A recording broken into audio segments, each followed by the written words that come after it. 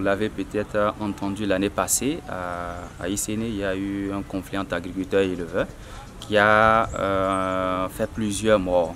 Donc aujourd'hui, toute la délégation de la mairie, la police républicaine, les agriculteurs, les éleveurs, la direction du parc était représentée sur ce domaine-là pour pouvoir matérialiser, délimiter la zone conflictuelle afin que chaque partie en conflit, c'est-à-dire les agriculteurs et les éleveurs, chacun connaisse réellement sa zone où il doit rester pour éviter des conflits.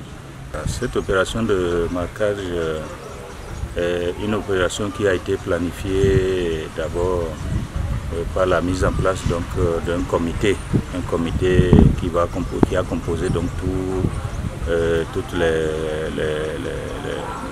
les communautés, que ce soit les éleveurs et les agriculteurs, pour que nous puissions trouver vraiment une fin définitive aux affrontements entre agriculteurs et éleveurs dans l'arrondissement de Guéné.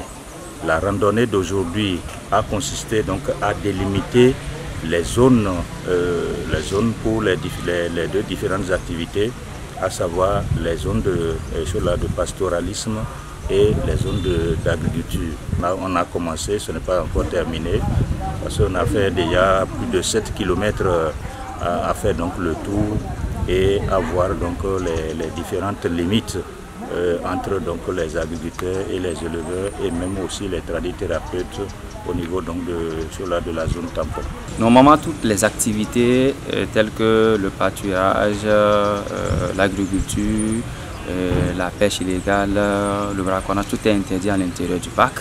Et si actuellement nous n'avons pas pu préserver correctement le parc, ça veut dire que la génération future ne pourra pas bénéficier des bienfaits du parc. Et donc c'est important de préserver le parc. C'est dans le renforcement donc, de l'action du gouvernement, allant dans le sens de la sauvegarde donc, du parc, que justement donc, la mairie a initié cette action. Nous l'avons commencé, nous allons l'achever. C'est que désormais, toutes les dispositions seront prises pour que personne personne ne puisse oser donc, franchir cette piste pour se retrouver donc, dans le parc. Et cela sera donc la condition sine qua non pour la sauvegarde donc, de ce parc qui est par ailleurs sur le plan touristique très important pour, n'est-ce pas, notre pays, le Bénin. Je voudrais exhorter tous les agriculteurs pour qu'ils cessent les nouveaux défrichements dans ces zones-là. Quant aux éleveurs, je voudrais également leur demander d'éviter de faire les dégâts champêtres dans les champs des agriculteurs environnants. Éviter peut-être le pâturage nocturne. Et quant aux agriculteurs, éleveurs, je voudrais les exhorter à plus de courtoisie et de dialogue pour pouvoir rester ensemble. Le conseil que j'ai à donner, et j'ai déjà fait le tour de tous les arrondissements, c'est d'abord de respecter les aires de pâturage et les couloirs de passage des animaux.